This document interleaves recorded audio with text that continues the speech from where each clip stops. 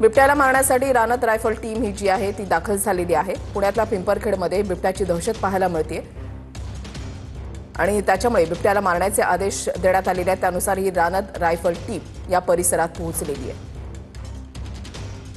परिस्थिती अत्यंत गंभीर आहे आणि तुम्ही तर पाहिले की काल वन विभागाच्या गाड्या जाळलेल्या आहेत, कार्यालय जाळलेलं आहे।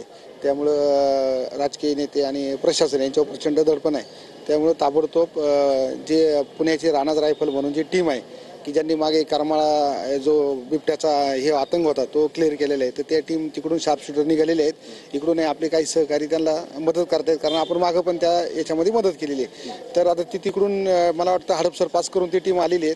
4 वेपन्स त्यांच्याबरोबर आहेत आणि काही तज्ज्ञ लोक पण आहेत, त्याबरोबर आपली पण काही टीम आहे। आता त्या ठिकाणी जाऊन परिस्थिती आपण हँडल करतोय।